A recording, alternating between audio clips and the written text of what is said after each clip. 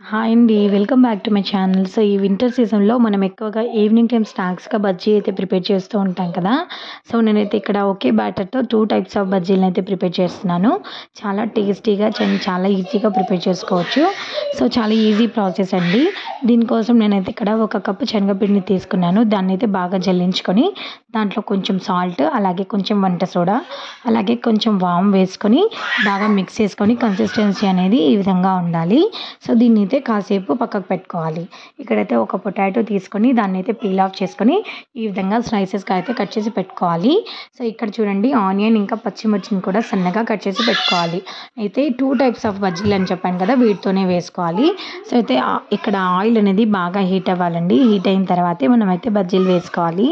So, లేదంటే taste అయితే బాగోదు.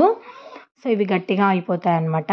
సో, ఇక్కడ ఒకసారి చెక్ చేసుకోండి. చెక్ చేసుకున్న తర్వాత ఫస్ట్ అయితే పొటాటోస్ ఉన్నాయి కదా! సో, దాన్ని పిండిలో ముంచేసుకొని ఈ విధంగా బజ్జీగా వేసుకోవాలి. సో, దీన్ని మీడియం టు హై ఫ్లేమ్‌లో పెట్టుకొని బాగా రోస్ట్ చేసుకోవాలన్నమాట. గోల్డెన్ బ్రౌన్ కలర్‌లోకి వచ్చేంత వరకు బాగా ఫ్రై చేసుకోవాలి. సో, హై ఫ్లేమ్‌లో పెట్టి ఫ్రై చేయకూడదండి. పొటాటో అనేది ఉడకదు.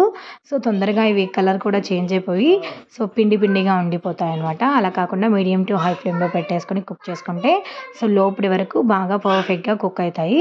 సో, ఎప్పుడైనా బజ్జీలు వేసిన వెంటనే ఆయిల్‌లో మనం దాన్ని కదపకూడదు. పిండి అనేది అంటుకుపోతుంది అనమాట. సో, వాటంతట అవే పైకొచ్చేంత వరకు వాటినైతే ఈ విధంగా వదిలేయాలండి. సో, ఈ విధంగా అన్నిటిని వేసుకోవాలి.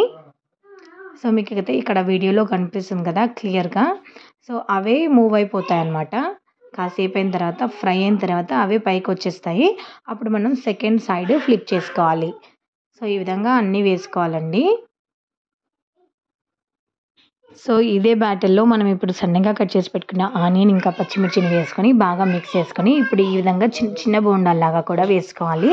సో, ఇవి 2 టైప్స్ అనమాట. పొటాటో బజ్జీ ఇంకా ఆనియన్ బజ్జీ కూడా.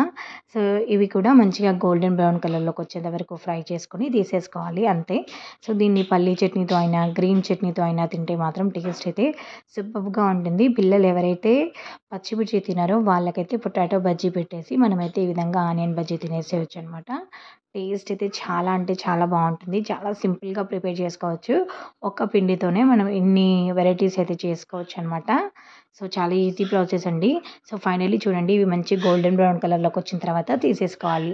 సో, చూసారు కదా ఎంతో టేస్టీగా ఉండే పొటాటో బజ్జీ ఇంకా ఆనియన్ బజ్జీ అనేవి రెడీ అయిపోయాయి. వీడియో నచ్చితే ప్లీజ్ ఒక లైక్ చేయండి. నా ఛానల్‌ని సబ్స్క్రైబ్ చేయండి. Thank you for watching. Bye.